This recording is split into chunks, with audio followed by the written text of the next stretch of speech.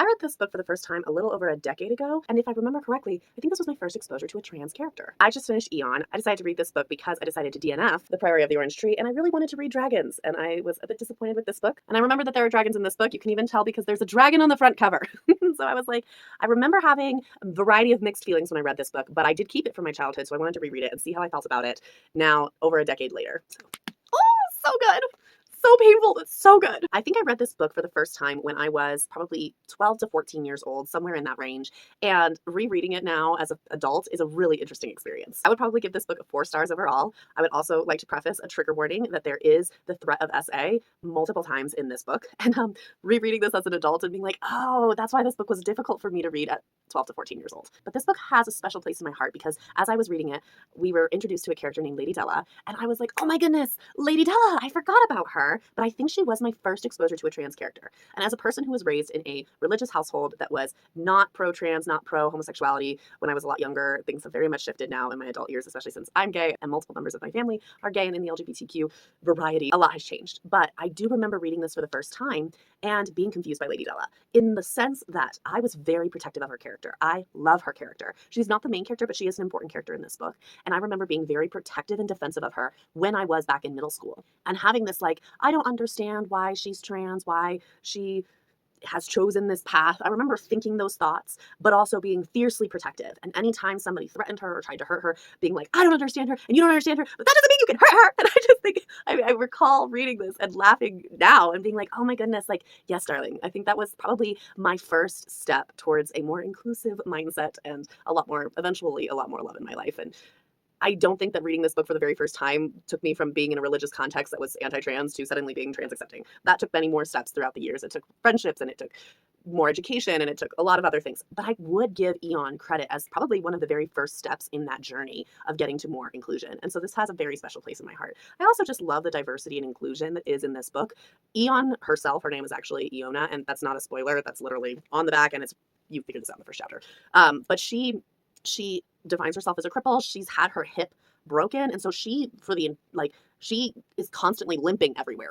And it's really cool to have her as a character. Another character you meet very early on, his name is Chart. He was born with a lot of physical deformities, and so he can't stand on his own. He stutters when he speaks, but it's in a way that if you don't have patience, you don't even realize he's talking. He is the snarkiest and funniest character ever. And I just love that he was included. I think Alison Goodman, the author of Eon and the second book in this duology, Iona, did a really fantastic job with the inclusion of these characters, especially for a book that was published nearly 20 years ago. So I'm very impressed, and reading this is really cool. Another thing that was really interesting reading it now is that I judged Eon so harshly when I was younger, and I think that's because I think it was for a couple reasons.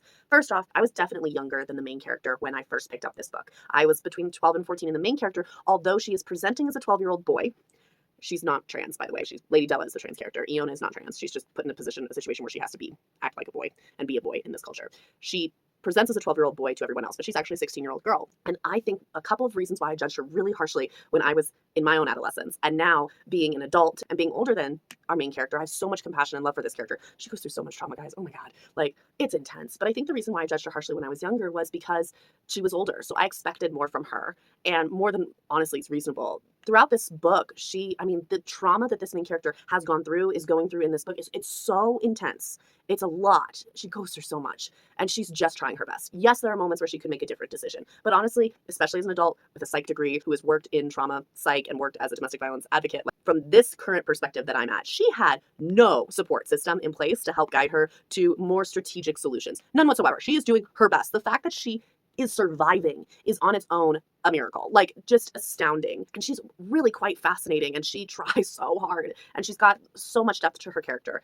Genuinely, I really love this book. I would give it 4 stars. It gets a gold star just for being my first step towards inclusion and my first exposure to a trans character. I will always, always, always love Lady Della and always be grateful for this book for beginning that journey for me. What an essential and important journey that I've been on for that. I think some of the other judgment I felt towards this character was also because of a culture a bit tied to victim blaming. And this is something that I think I have thoughts on this, and it's a heavy topic, so I acknowledge that everyone's going to have a unique take probably on this conversation. But I think one of the reasons why victim blaming, specifically for SA victims, I would claim that victim blaming is actually psychologically easier to do sometimes than having compassion. The reason why I say this is because when we can blame another person for the crimes that were done against them, it can psychologically protect us from realizing that we are vulnerable to those same events, to those same crimes. And what I mean by that is that if we can blame the girl because of what she was wearing, and then we follow up with, well, I never wear those clothes, then we can create the assumption in our mind that I can't be assaulted, that I can't experience SA because, well, I don't wear those clothes. Or if it's where he was that night, like who his friends were, well, I don't have friends like that, so it can't happen to me. Or any of those kind of logics where we start breaking down why it's her or his fault that this happened. And because I don't do or say or act or have relationships like that, it can't possibly happen to me. And that, I think, is psychologically easier to digest in our brains for us to feel safer in a culture where, unfortunately, SA is a characteristic of our culture. It is still quite present and, unfortunately, quite common. I think that's where that victim blaming mindset comes into. And I think it does have to be actively pushed against. And you have to have exposure to conversations about SA, to education about SA, to learning about SA having happened to people that you admire or people of importance to you. I think that increased exposure helps decrease the victim blaming logic, because you can't keep applying this to everybody. But I think when I was a lot younger, especially not having those conversations regularly and not having an active building of compassion and empathy and understanding, just the absence of those conversations in school, the absence of those conversations in general, I think that's why when I first read this book at 12 to 14 years old, I engaged myself in a lot of victim blaming for Iona, for our main character, because I held her to such a high, unreasonably high level of standard and expectation. And then when things get very dangerous for her and when there are threats at SA, I think that I had an internal, you need to be better character, and then you wouldn't be in this situation. If you made better choices, then you wouldn't be in this situation. I remember having those thoughts, which is crazy now as an adult to think back on and be like, wow, no. But I think that in rereading this book over a decade later, I have so much empathy for the main character. I have empathy for myself and for some of the problematic logics that I had as an adolescent in middle school. I'm really proud of how I've grown and where I'm at currently in my view of these things. And this book also incorporates very heavy things like ever so subtle grooming, I guess you could say, that is a little bit difficult. There's a lot of trauma that's unresolved in this book. And what I think is really good about that is that mimics life. This character does not have a therapist. This character does not have a support system network to really help her process the amount of trauma she's faced. So she just goes with just coping with the situation that she's in and the situations that she's been in. And that's where she's at. And I appreciated that we didn't just solve this, especially didn't just solve this with some other character coming in and solving all of her problems. Her journey towards healing with all of the trauma that she's experienced and still is experiencing. We're not going to healing yet because she's still in the trauma. I really appreciated that. And I think that this author has done an excellent job writing trauma, writing the complexity of it, writing the complexity of relationships with yourself and with individuals that you've experienced trauma from. It's so difficult. And I think this was done very, very well. And I think it is very reflective of how trauma works in the brain and how a character like this in this time period would respond and what likely does happen when you're put into those situations. I just think that it was done so well. I'm always a fan of reading trauma and trauma healing. This book is not an exploration into trauma healing. We're still very much in the trauma. But I really, really think that the author did a phenomenal job of presenting this in a way that is digestible. It isn't going to slaughter your soul, but it is real.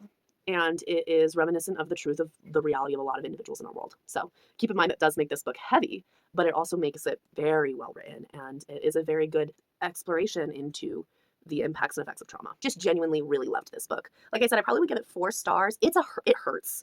There's one chapter where I spent the entire one just going, ow.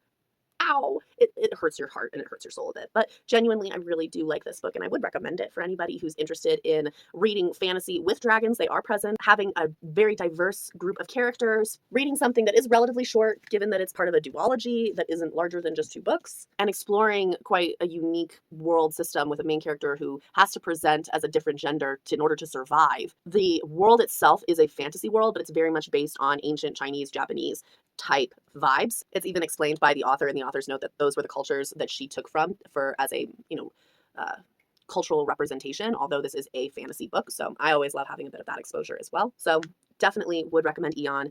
Do keep in mind, like I said, the trigger warning of the threat of SA. It happens multiple times in this book. It is very heavy when it does. It does hurt. But that's the only trigger warning that I would really give, other than general hate speech that exists and discrimination. This is a very patriarchal society. and that's present. But you know, I genuinely think this is a really good book and I really loved it. What I've decided to do for the very first time is I am not going to jump right into reading Iona. I have almost never done this when I have the second published book with me, but I am going to read Among the Burning Flowers next. This is less than 300 pages. This should take me just a couple of days to read. This is in the same universe as The Priory of the Orange Tree, and I was very disappointed in The Priory, but a lot of that had to do with just the sheer magnitude of pages, the 800 pages that were involved, and not feeling like we progressed in the story well enough. This book is a lot shorter. It should be a lot more concise, and this is me giving Samantha Shannon another chance because I already own 2 books in the Bone Season, which is another one of her series, and I'm trying to figure out how I want to proceed with this. Additionally, I have been told that this is better than The Priory, but I have decided that both of these books are going in timeout. They are going over into my closet. I don't want to look at them for a good long minute. We'll see. That's all I can say with regards to this. I don't want to read this one again. Maybe if I read all of the other books and decide to torture myself by finishing The Priory, maybe. But I have heard that this is better than The Priory. I'm not dealing with it right now. It's in timeout. I won't sell it. I won't get rid of it. But it's going in timeout. But I will read this one because it's so short. So we'll see how this goes. I will update you very soon about my feelings on this one. And then eventually, if I decide to, if that goes well, that will affect how I feel about keeping the Bone Season. We'll see. I'm not promising anything.